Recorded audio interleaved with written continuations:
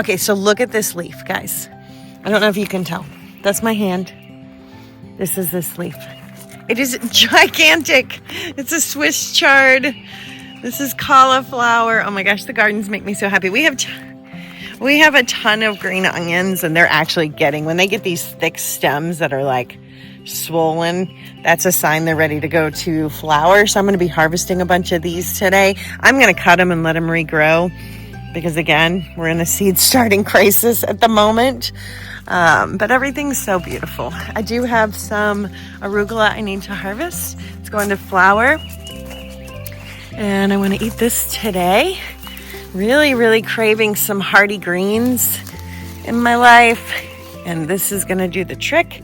We are also going to harvest a bunch of kale and make a kale salad today together. And this is sort of a what I eat, homegrown episode. Look at this beautiful kale. I start them as baby greens, but they turn into huge greens. But you want to heavily seed these though, because one just gets leggy. Let me show you what one kale plant does.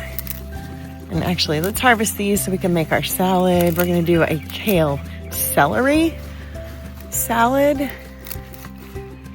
Oh, I can't wait. And I just cannot wait. I am just craving the leafy greens right now. It's so free. Oh, look at those beautiful turnips. Yes. All right, let's go. What did I want to show you? Oh, what a kale when you do one seed looks like. Looks like this. Okay, this is 2 seedlings, maybe even 3. It's not a lot of kale because this is going to want to get gigantic. And I'm going to let it get gigantic and I'll have gigantic kale leaves because this is just how it turned out. But you get these big stems, you get big root systems. They take up a lot of nutrients for very little harvest. So when we heavily seed them, like 30, 50 seeds, we get these huge kale bundles. And then we can take all of this off and I can juice it later today. I'm actually going to juice today too if I want, or I can try to get them to grow back. I come and cut them a little bit closer, about 1 inch if I want them to grow back. Or I'll just start new seeds, which is always the best, is just to start new seedlings. I just don't have any started right now.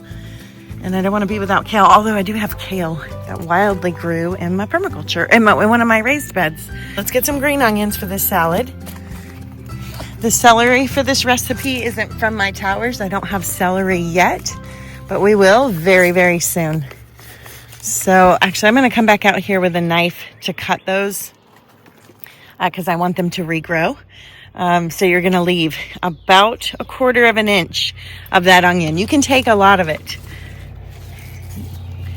You can take quite a bit, but leave about 1/4 inch, 1/2 inch maybe, of that base. So that it can effectively grow back.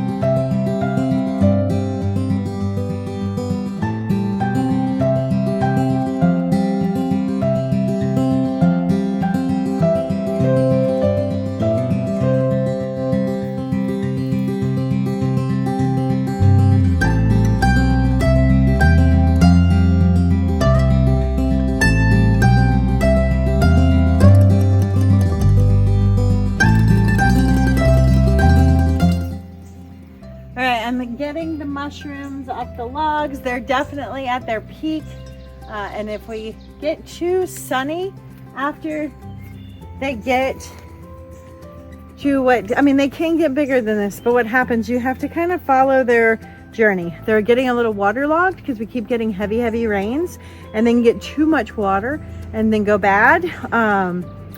Or what can happen is if it gets hot and dry after they've been super wet, they're going to stop growing and dry out. And so you just kind of have to know, and you'll know the more you grow them, because you'll get it wrong and you'll lose some when that time is. Like this one's smaller, but based on our weather, and I'm not willing to risk losing these, it is definitely time to get them. You can start to see a little discoloration there in the gills. This one too. Those are signs they're getting a little bit older. This one's beautiful. What happens too is these got wet, they popped off. It's called pipping when they start to produce, and then it got hot and dry, and then it rained and they grew a little bit, and then it got hot and dry, and so then I was watering them to keep them moist, and so they've just been going through this back and forth. And so I know, like, sometimes mushrooms, if we have 3 rainy days in a row, they'll just go like from pipping to huge so fast. These weren't doing that, so it's time. That's why they're a little bit older, and we don't want to lose our mushrooms. All right, I'm going to put green onions in our mango salsa, and I'm going to put them in our kale salad, and let's see what else.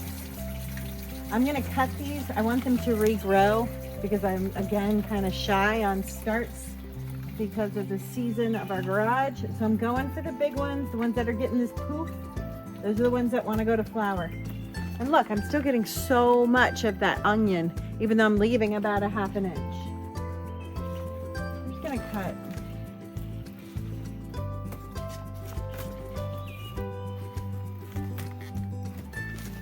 All right, and I took all of those.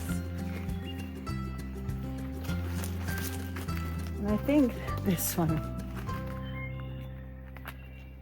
I'm only gonna harvest what I'm gonna use today, and we'll just make it a priority to make sure. This one's actually going to flower. Let me get this one. Make sure to put green onions on the priority list. Lots of meals with green onions this weekend. So good. Oh my gosh, there's so many.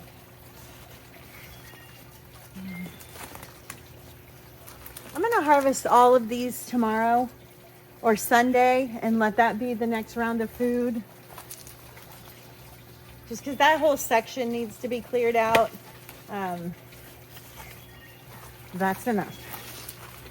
All right, what else do we want to eat? I've got celery, not homegrown, kale, green onions. Oh, cilantro for our salsa. We're doing a mango salsa. So let's do that next. All right, guys, do you cut it and come again, or do you take the whole thing? You guys know I typically take the whole thing. A couple of reasons. I find food grows faster if you put in starts that are mature and are ready to take off. And they just grow faster than waiting for something to grow back. They have better flavor, better texture. But I'm in a season where don't have a lot of starts, and so that might be where you want to cut and let it grow. But this one, let me show you why I'm not going to cut it and let it grow. For one, I have more cilantro that I can put in here. And then this one was being shaded out. Whatever this was died. So we're going to put in 2 cilantro here. But this one, if you look, it's actually going to flower. Okay, so you see that stem that's starting to expand, that's starting to spread out there, and then we'll start to get what looks like a different kind of leaf. It almost will turn into what looks like a carrot top. That is a flowering stem, which means it's time. We need to take this one. It's going to bolt. It's going to go to flower anyway. That frees up that space. Again, this is a baby greens extension kit on my super tall tower in the middle, right at eye length. I'm growing a ton of fast food right here. And this little bok choy needs more sun too, so it was a good time to take that out. And so these, because they're, look at those beautiful root systems, these are gonna take off really quickly. I multi-seed my cilantro. I find it to do way better to just do a bunch of seeds. Take the whole plant, eat them, come back. I have been eating off of these as well as they're growing, but they're getting to the point where it's time. I'm going to take a little bit more of this one. I'm not going to take the whole plant yet, but I'm going to take some of this one so that we make sure that has enough sun, and I need a little bit more cilantro. All right. I don't take the whole plant, and I will do this if I don't want to use it all in one sitting. We want to harvest fresh and eat fresh. So I'll eat this tomorrow. I might even juice this tonight. I'm going to be juicing tonight. I'll probably come juice a couple of these. All right, that's our cilantro. So our meals are always based on what needs to be eaten next. So I was just thinking, I've got all those green onions still. I have a kohlrabi that needs to be harvested, and I have those mushrooms. So I think I'm going to make later, maybe tomorrow, make a green onion mushroom with some kohlrabi for sweetness pot pie. And I keep a lot of recipe books around for inspiration. Plant-based recipes personally is what I like, but I don't necessarily follow recipes because, you know, you're growing different food and not going to the grocery store. So I use them for inspiration. So I'll find something that looks good and look at the combination of foods and then try and make that same combination with what I have. So I think a ton of green onions, savory, creamy coconut milk, mushrooms, and that kohlrabi and some herbs would make an amazing pot pie. I'll let you guys know. All right, we want to store our mushrooms where they're going to get good airflow. I'm going to use these pretty quick, so I'm not going to put them in a paper bag. And they are pretty wet from today's rain. So I'm just going to let them sit out a little bit, but if you let them sit out too long, they will dry up, which is okay because you can preserve them by drying. I do that all the time, but I want them to just dry out a little bit, not dry up. All right. What's gonna go in the salsa is cilantro, and I think that's it. Mango. I did a orange pepper, a red pepper. Oh, red onion. I'm gonna chop up red onion and cilantro and green onion. Now I'm gonna use the red onion.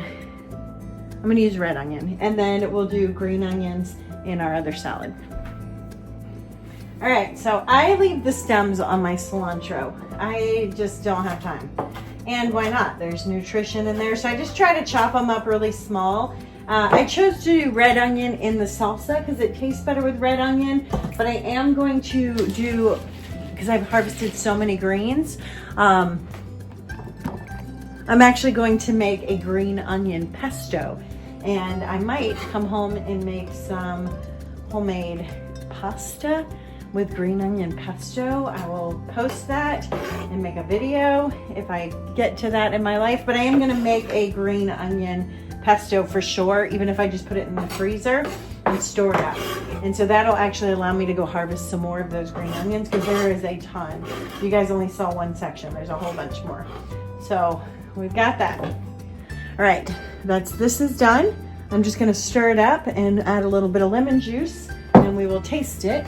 All right, one thing I will add to this as I serve it or eat it is I'm gonna cut up guac. I like guacamole, like cut up avocado cubes in mine, but I don't wanna add that to the whole bowl because we have a lot of it, and if we don't eat it all today, it just gets kind of ick. So we'll just add that guac as we'll add that avocado as we need it.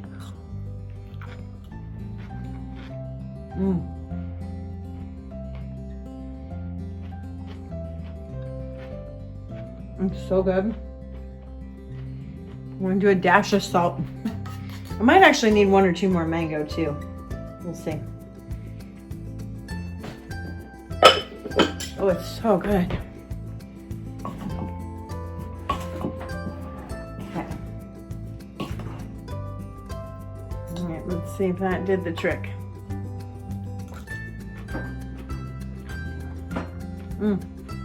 So good. All right, for the salad, the kale salad, I just want the green part. For the pesto, I want the greens. And so I'm gonna try not to put too much of the onion in the pesto. We just wanna use the soft parts. And this just makes life easier.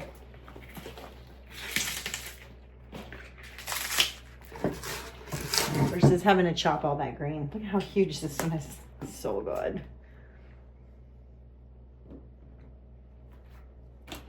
And I do just throw things on the floor. That is what you're witnessing. I find it easier to just do that and then sweep it up when I'm done.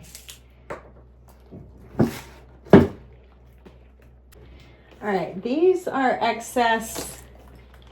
I think I have enough for that salad. I don't want to overpower it.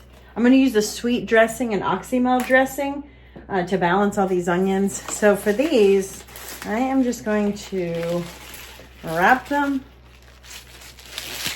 Oops.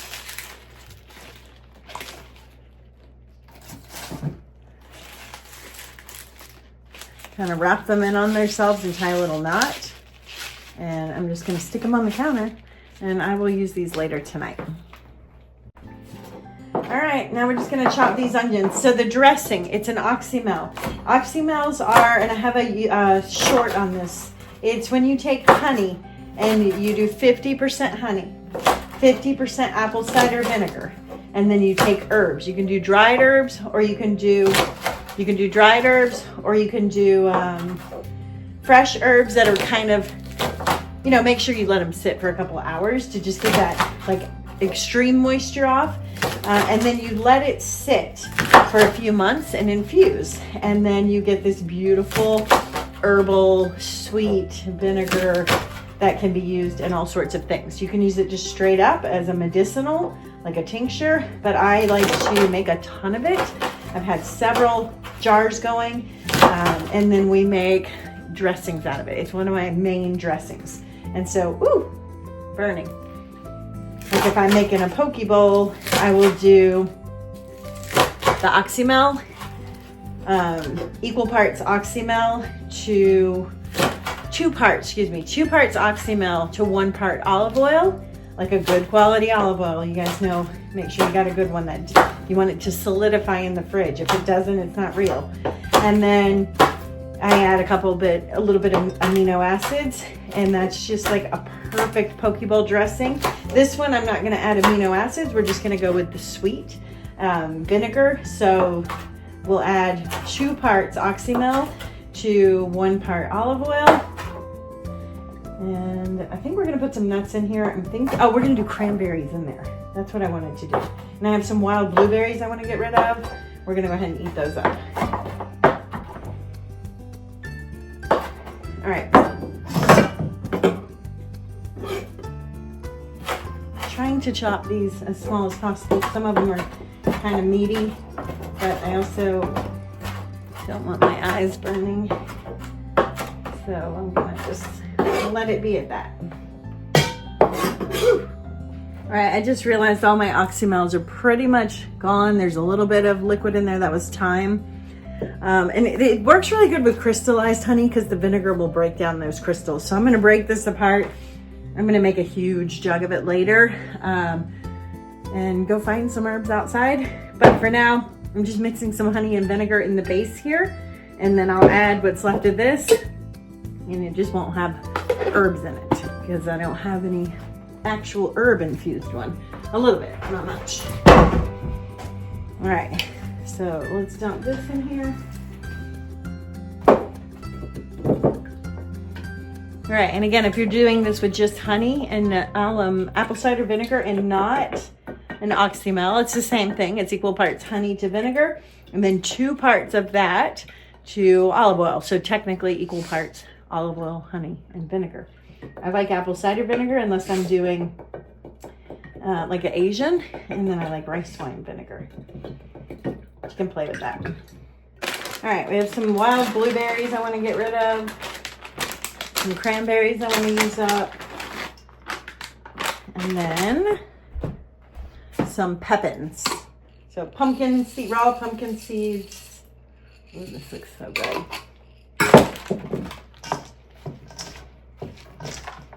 The celery is the key. I love that celery crunch in here with the sweetness and the acidity.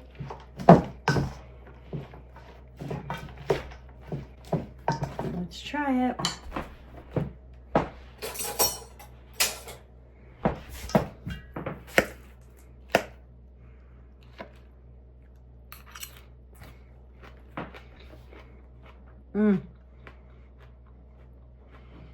Green. Ooh. Vinegar. That green onion is amazing. Oh my gosh. With the celery, this is good. This is a winner. Good. This is amazing. All right. Thanks for joining me. Hope this inspires you, gives you some ideas on how to use the food you grow. If you're not growing yet, get to growing, friends. Nothing more enjoyable. Just look at this healthy abundance. Right? Freshly harvested minutes ago. So nutritious and just so good and tasting and just so tasty. All right. See you in the next video.